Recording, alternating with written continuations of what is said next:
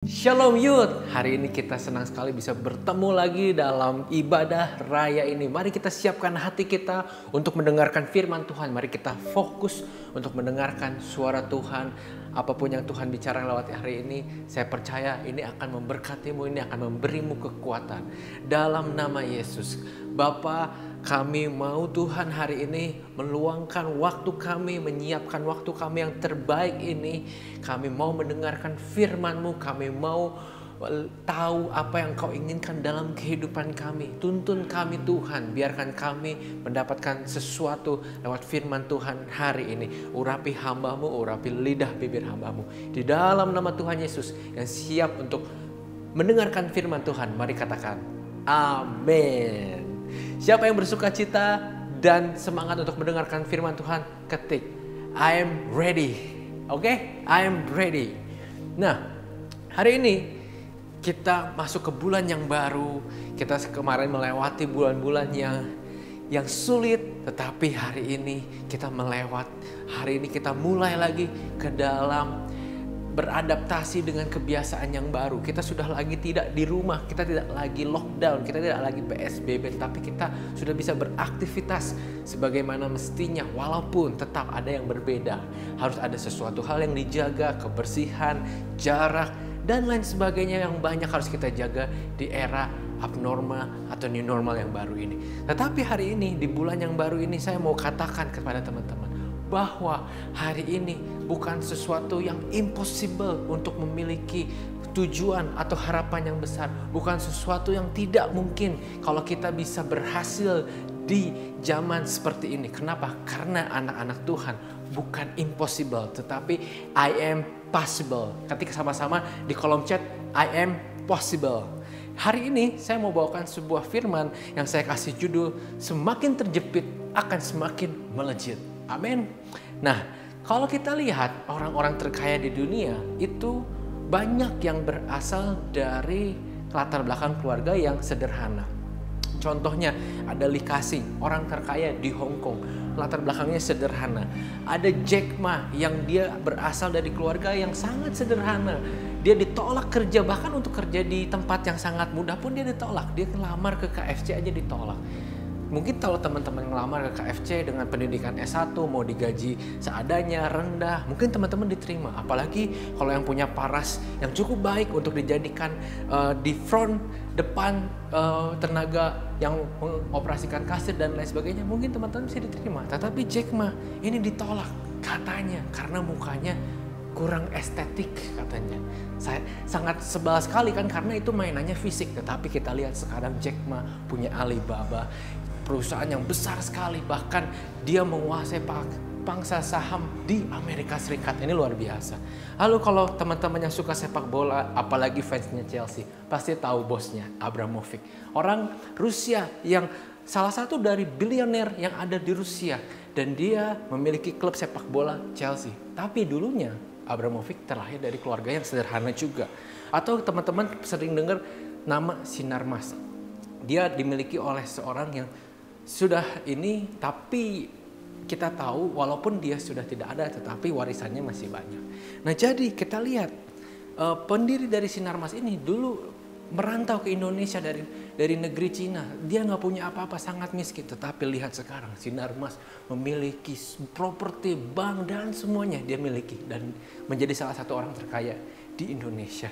Why? Kenapa? Banyak orang yang menjadi kaya, self-made billionaire karena kondisinya sulit.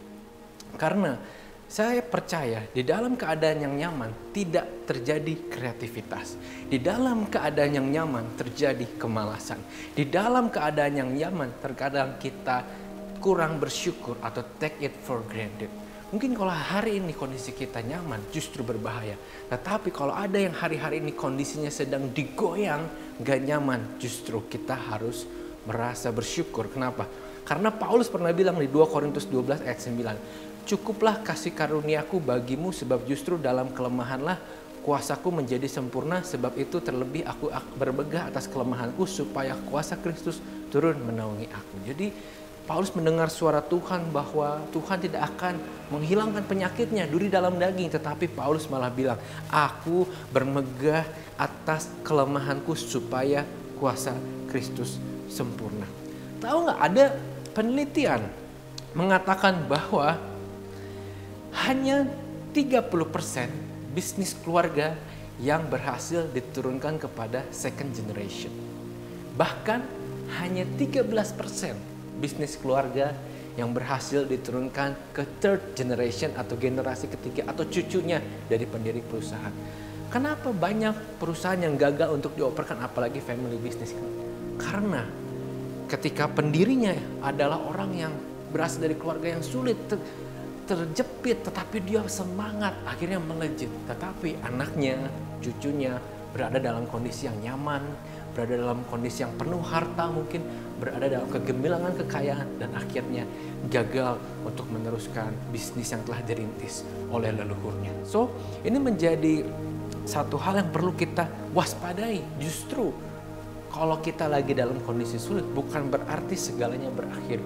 Justru kalau hari ini kondisimu itu sulit sekali, atau terjepit, atau stuck, berarti akan ada sesuatu hal yang Tuhan bukakan dengan luar biasa. Kenapa saya bilang begini? Karena kita akan belajar. Kalau tadi kita lihat hidupnya Paulus, saya pernah khotbah tentang ini juga, tentang duri dalam daging. Tetapi hari ini kita mau belajar dari tokoh Alkitab yang bernama Daud. Daud adalah seorang yang dikasihi Tuhan, walaupun Daud memiliki kesalahan yang besar. Daud pernah terlibat dalam skema perencanaan pembunuhan, tetapi Tuhan tidak meninggalkan Daud. Bahkan Tuhan tetap mengatakan Daud adalah orang yang favorit di hatinya Tuhan karena menyukakan hatinya Tuhan. Kenapa sih Daud bisa menyukakan hatinya Tuhan? Apa yang membuat Daud melejit ketika terjepit? Kita akan bahas hari ini 4 hal yang membuat Daud semakin melejit ketika terjepit. Mari kita buka Alkitab kita di 1 Samuel 30 ayat 6 sampai dengan 9. Kalau yang sudah ketemu katakan atau ketik amin. 1 Samuel 30 ayat yang ke-6 sampai dengan 9. Ada amin? Saya tunggu beberapa saat. Kalau teman-teman belum temukan 1 Samuel 30 ayat yang ke-6 sampai dengan 9. Saya bacakan. Dan Daud sangat terjepit karena rakyat mengatakan hendak melempari dia dengan batu. Seluruh rakyat itu telah pedih hatinya masing-masing karena anaknya laki-laki dan perempuan. Tetapi Daud menguatkan kepercayaannya kepada Tuhan. Jadi ini adalah ketika Daud pulang berperang dan kembali, dia melihat bahwa daerahnya itu sudah habis dijarah. Anak istrinya hilang, bahkan anak istri dari orang-orang yang ikut berperang bersama dengan Daud. Daud di satu sisi sangat sedih. Kenapa? Karena kondisi Daud itu ya kehilangan juga orang kesayangannya, orang dikasihinya, istrinya. Dia juga takut istrinya diapa-apain, mungkin dibunuh, mungkin diperkosa. Tetapi di satu sisi yang lain rakyat marah kepada dia dan ingin melempari dia dengan batu. Dalam kondisi terjepit seperti ini, Daud tidak menyalahkan siapa-siapa. Daud nggak bikin alasan, kenapa emang salah saya apa? Enggak. Tetapi Daud menguatkan kepercayaannya kepada Tuhan. Dan lalu ayat 7, lalu Daud memberi perintah kepada Imam Abiatar bin Abimelek, bawalah efod itu kepadaku. Maka Abiatar sang imam itu membawa efod itu kepada Daud. Kemudian bertanyalah Daud kepada Tuhan, katanya, haruskah aku mengejar gerombolan itu? Akan dapatkah mereka aku susul? Dan Tuhan berfirman kepada Daud, kejarlah, sebab sesungguhnya engkau akan dapat menyusul mereka dan melepaskan para tawanan. Amin. Jadi dalam kondisi yang terjepit, Daud menguatkan imannya kepada Tuhan, memanggil seorang rohaniawan, imam pada saat itu Abiatar, untuk menyiapkan efod, dan dia bisa berdoa di sana dan dia tanya Tuhan. Dan akhirnya Tuhan memberikan jawaban. Kejarlah, sebab sesungguhnya engkau akan dapat menyusul mereka dan melepaskan para tawanan. Poin pertama, kenapa Daud bisa melejit ketika terjepit? Karena dia tanya Tuhan. Dan ketika Tuhan memberikan jawaban, Daud itu taat kepada jawabannya Tuhan dan melakukan jawabannya Tuhan. Nah, kita lihat hari-hari ini, dalam kondisi terjepitlah biasanya orang mencari Tuhan. Jadi bersyukur dalam segala kondisi, karena dalam kondisi yang enak kita bersyukur atas kasih karunia Tuhan, berkat Tuhan. Tetapi dalam kondisi terjepit kita tetap bersyukur. Karena apa? Karena pada saatnya kita akan menemukan kemenangan daripada Tuhan. Saya mau bilang gini, ketika dalam keadaan terjepit, angkatlah tanganmu, siapkan lututmu, dan berserulah pada Tuhan. Sekali lagi, dalam kondisi terjepit, angkatlah tanganmu dan siapkan lututmu dan berserulah kepada Tuhan. Atau teman-teman, kalau kita memang sulit mendengar suara Tuhan seperti Daud, kita bisa menanyakan kepada rohaniawan atau orang yang lebih dewasa rohani atau saudara seiman kita untuk meminta nasihat, karena siapa tahu Tuhan berbicara lewat mereka. Seperti Daud memanggil Imam Abiatar untuk menyiapkan efod, akhirnya Daud bisa berdoa. Mungkin kita butuh dukungan doa dari teman-teman kita. Mungkin kita butuh dukungan doa dari kakak rohani kita, dari gembala kita. Hubungi mereka ketika kita dalam kondisi yang terjepit. Lalu setelah kita mendengar suara Tuhan, jangan lupa untuk do it, lakukan.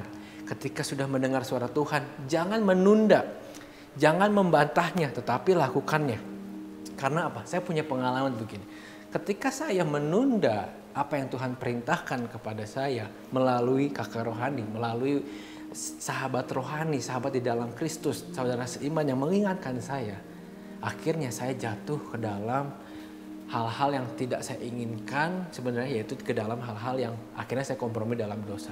Apa itu? Jadi ketika itu seorang teman, seorang sahabat yang juga lebih dewasa rohani dari saya pada waktu itu, dia menasihatkan saya, ayo Tuhan, saya berdoa kata dia, dan Tuhan kayaknya pengen kamu masuk sekolah Alkitab. Lalu saya bilang, no, saya ingin menjadi pebisnis, saya senang di dunia ini dan saya akan memberkati atau melayani lewat pekerjaan saya di marketplace. Tetapi dia bilang, enggak, kayaknya Tuhan pengen kamu melayani sepenuh waktu. Dan akhirnya saya ignore itu. Selama 1 tahun saya malah tadinya punya satu bisnis, saya malah tambah bisnis. Bukannya masuk sekolah tetapi tambah bisnis. Dan akhirnya di bisnis yang baru saya itu, saya menjauh dari Tuhan, saya mendapatkan keuntungan yang banyak, tetapi hubungan saya sama Tuhan retak. Bahkan pelayanan yang sudah dipercayakan Tuhan juga tidak dilakukan dengan maksimal karena saya terlena dengan bisnis tersebut. Dan akhirnya semakin jauh dengan Tuhan dan bisnisnya mengalami kekacauan. Saya diingatkan Tuhan ketika waktu itu saya memiliki hutang sebesar 100 juta rupiah dan saya pada saat itu bukan siapa-siapa, saya nggak bisa bayar, saya adalah orang yang baru mulai usaha, saya punya utang sebesar itu, saya udah pusing. Tetapi waktu itu Tuhan berikan saya jalan keluar, dan ketika Tuhan berikan jalan keluar, Tuhan ingatkan saya satu hal, kamu harusnya tidak ada di sini. Dan akhirnya saya nurut sama Tuhan setelah menunda selama 1 sampai 1,5 tahun, dan akhirnya saya masuk ke dalam sekolah Alkitab, dan hari ini saya berdiri di sini bisa melayani saudara-saudara semua. Ini adalah satu hal anugerah terbesar di dalam kehidupan saya. So, jangan pernah menunda, karena ketika kita menunda, kita akan semakin lama untuk mencapai purpose hidup kita yang Tuhan siapkan untuk kehidupan kita. Yang kedua, ketika kita sudah tanya Tuhan, udah tahu jawabannya, yang kedua kita harus semangat melakukannya. Ayat 9b sampai 10 dikatakan begini. Sementara orang-orang yang mau tinggal di belakang berhenti di sana, maka Daud melanjutkan pengejaran itu beserta 400 orang. 200 orang yang terlalu lelah untuk menyeberangi sungai Besor itu berhenti di sana. Jadi Daud pergi bersama 600 orang pasukannya. Tetapi karena dia habis pulang perang, harus ngejar musuh lagi, 200 orang kecapean. Kalau teman-teman perhatikan, sebenarnya yang capek berapa orang ya? Semuanya capek. 600 orang itu capek, tetapi ada 200 orang yang benar-benar gak kuat. Tapi teman-teman perhatikan, Daud capek gak sih pada saat itu? Menurut saya dia juga capek, tetapi Daud semangatnya luar biasa. Dia bertanggung jawab, dia percaya bahwa walaupun dia capek, dia akan terus semangat. Karena apa? Karena dia telah mendengar suara Tuhan bahwa akan ada kemenangan yang akan dicapai ketika dia sampai ke sana. Seringkali kita udah tanya Tuhan, dengar suara Tuhan, Tuhan bilang jalan, tetapi di tengah jalan kita capek. Menjalankan prosesnya kita nggak mau. Kita ada prosesnya, ketipu orang, mungkin dimarahin orang, atau mungkin kita melakukan kesalahan dalam proses melakukan segala sesuatu yang Tuhan percayakan pada kita, dan kita akhirnya gak semangat lagi dan mundur. Ini yang kita harus pelajari dari Daud. Dia punya semangat yang kagak ada matinya. Dia habis perang, pulang perang, dia berangkat lagi karena dia tahu kekuatannya itu dari Tuhan, makanya semangatnya membara. Semangat itu penting ketika hidupmu sudah tidak ada semangat lagi, sebaik apapun kondisimu hari ini, kamu pasti akan kalah. Karena orang yang punya semangat itu adalah orang yang bisa berjuang. Jika minggu kemarin kita belajar orang yang punya bakat, tidak punya attitude, tidak akan bertahan sampai garis finish. Sekarang kita mau belajar bahwa, catat, orang yang punya semangat akan mengalahkan orang yang memiliki bakat. Sekali lagi catat, orang yang punya semangat akan mengalahkan orang yang memiliki bakat. Jika kita gagal, coba lagi. Jika kita gagal, coba lagi. Bayangkan, kalau teman-teman pasti tahu ini, Thomas Alva Edison 999 kali gagal ketika melakukan pencobaan menemukan lampu. Tetapi kalau dia nggak cobain yang ke-1000, kita semua hidup tanpa lampu hari ini. Tetapi dia bayangkan kegagalan yang begitu banyak, dia terus semangat mencobanya dan mencobanya.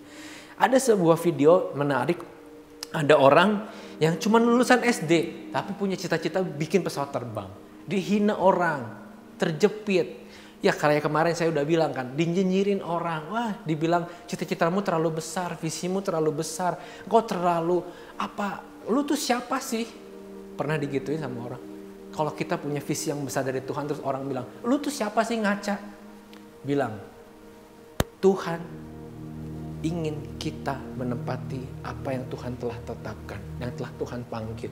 Mungkin itu kelihatannya idenya gila, sinting di mata orang dunia. Tetapi kalau itu dari Tuhan, bukan ambisi pribadi, bukan ambisi kita, tapi dari Tuhan, kita pasti bisa mencapainya. Nah ini bahkan orang yang mungkin gak kenal Tuhan ini, ketika punya semangat, dia bisa mencapai impiannya. Apalagi kita, anak-anak percaya yang Tuhan selalu beserta kita. Tuhan gak pernah meninggalkan kita. Bahkan firman Tuhan bilang, kalau Tuhan di sisi kita, siapa lawan kita? Akhirnya kita harus percaya.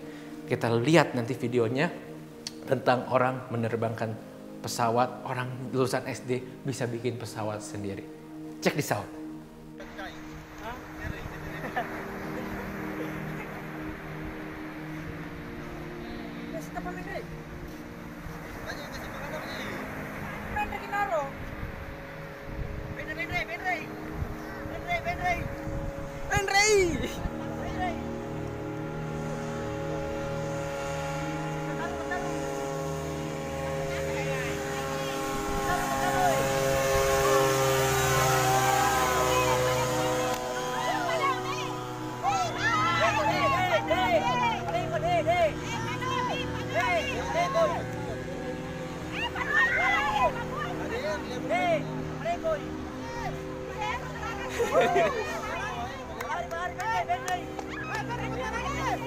Alhamdulillah.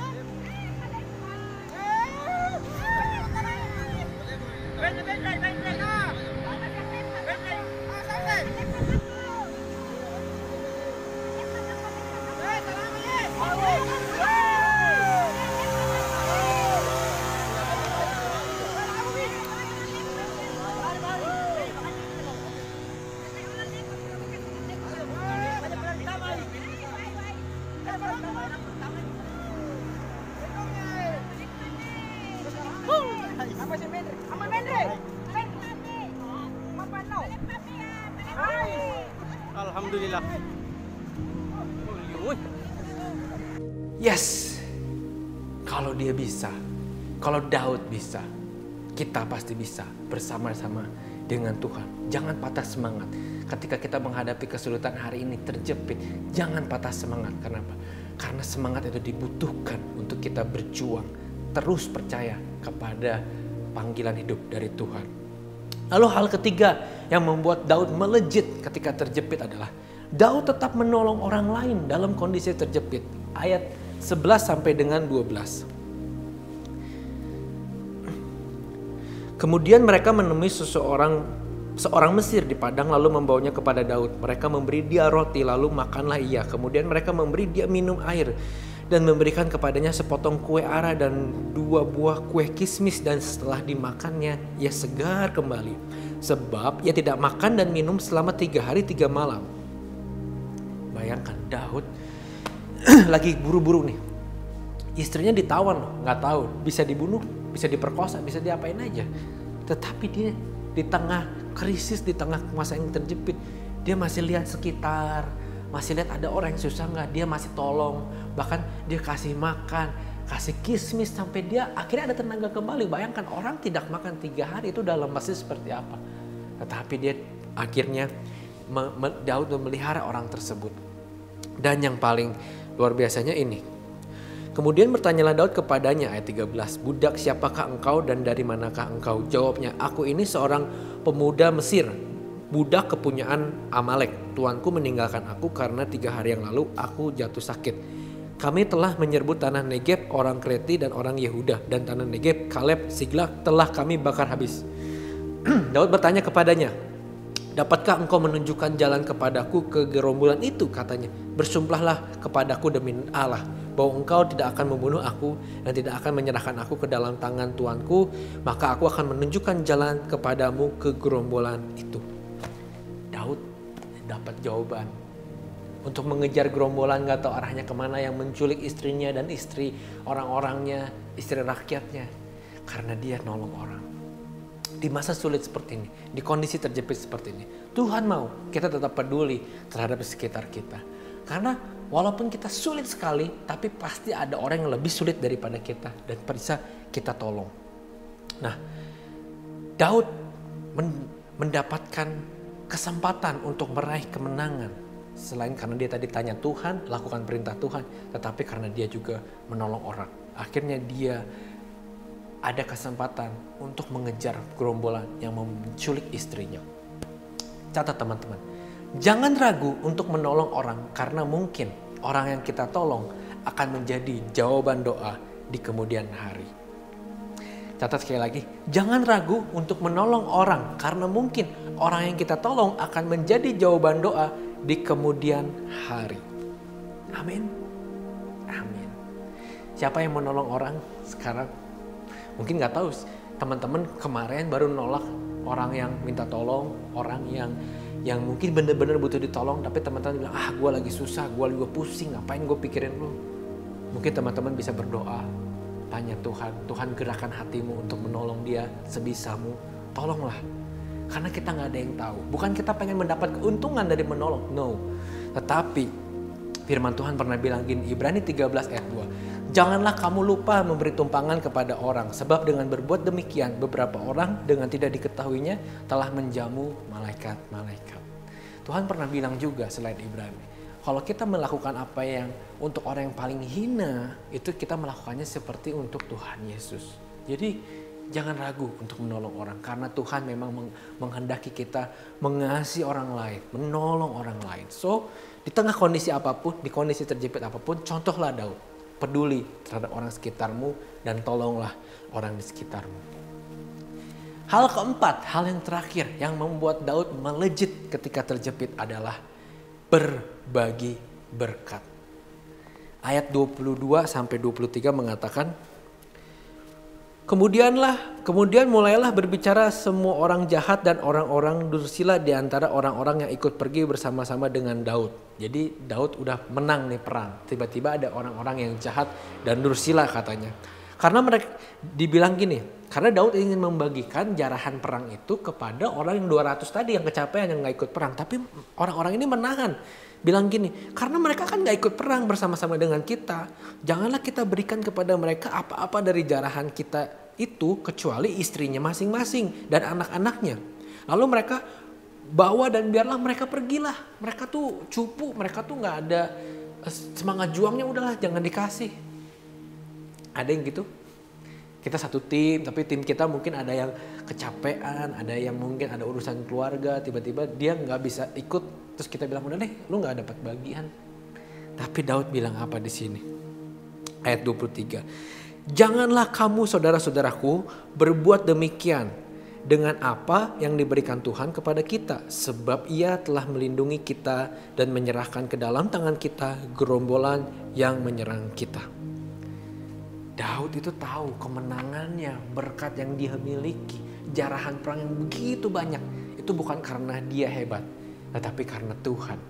Nah, kalau Daud nggak tanya Tuhan, nggak dapat ACC dari Tuhan untuk kejar, Daud juga nggak akan berani. Daud juga nggak akan menang perang.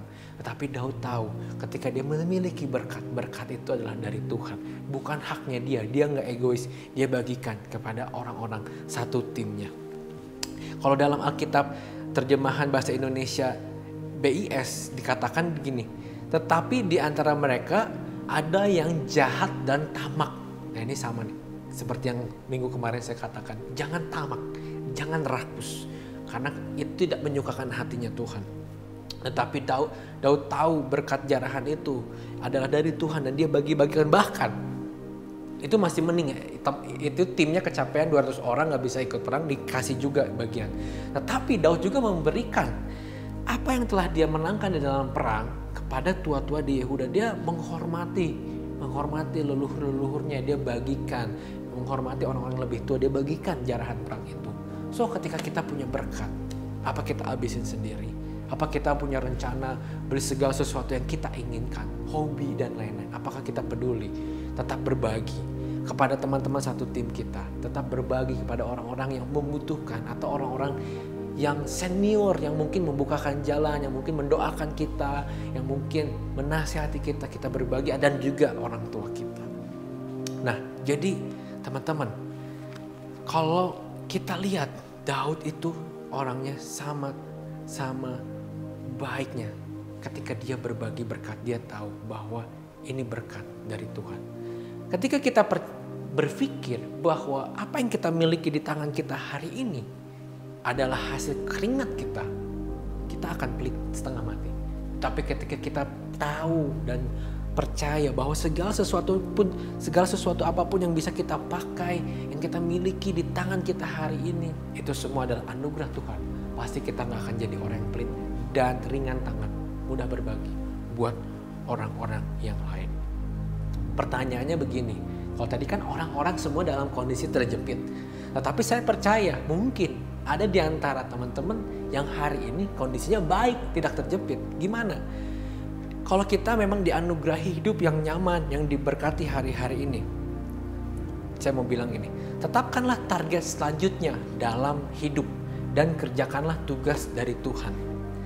Tidak ada tugas dari Tuhan itu yang mudah dilakukan, yang kita bisa hidupnya tuh layback, rebahan, santai, nonton, dan do nothing. Enggak. Tetapi ketika kita mendapatkan purpose hidup dari Tuhan, visi hidup dari Tuhan, itu pasti besar. Bahkan mungkin di mata orang-orang di sekitar kita itu gila. Itu tidak mungkin dilakukan, tetapi itu membuat kita punya semangat, bukan membuat kita terjepit, tetapi membuat kita punya tantangan kembali, punya semangat kembali untuk bisa kreatif, untuk bisa melakukan do something yang luar biasa di dalam kehidupan kita ini.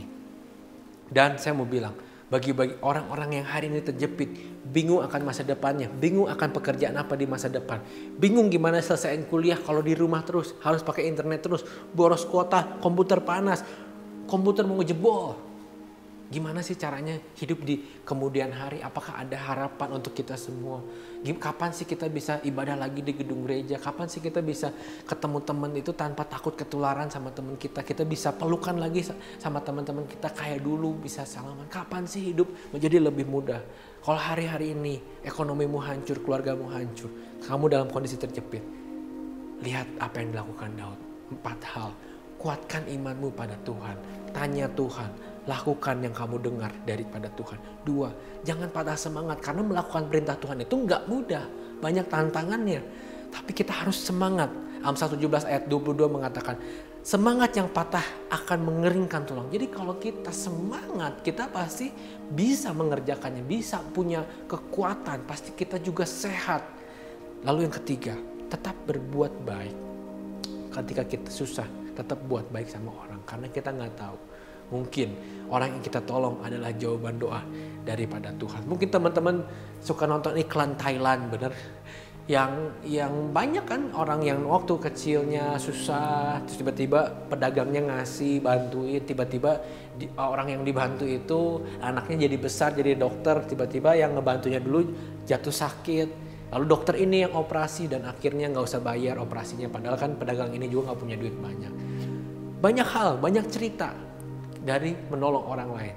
Jadi kita lihat, jangan nolong orang lain, tunggu kondisi kita baik, karena gak akan pernah. Tapi tolong orang hari ini, kondisi apapun kamu hari ini, tetap berbuat baiklah pada orang-orang di sekitarmu. Dan juga ketika kita sudah memiliki kemenangan, jangan lupa berbagi berkat. Karena Tuhan tahu hatimu, Tuhan Maha tahu, Tuhan bisa melihat apa yang ada di depan. Makanya Tuhan akan pilih anugerahnya dilimpahkan kepada orang-orang yang memang hatinya itu gak egois, gak tamak, gak rakus. Tetapi memang ketika dikasih banyak, dia bisa berbagi kepada orang lain. So hari ini, bulan ini, maju teman-teman. Semangat yang baru di bulan ini. Karena saya percaya dalam bulan ini teman-teman bisa melakukan sesuatu hal yang besar ketika kita mengandalkan Tuhan. Terakhir dari saya, ketika kita menghadapi tantangan, akan ada kemenangan bersama Tuhan yang menanti. Teman-teman bisa ingat, bisa catat, bisa instastory, apapun yang akan mengingatkan teman-teman di kemudian hari. Ketika kita menghadapi tantangan, kemenangan bersama Tuhan menanti.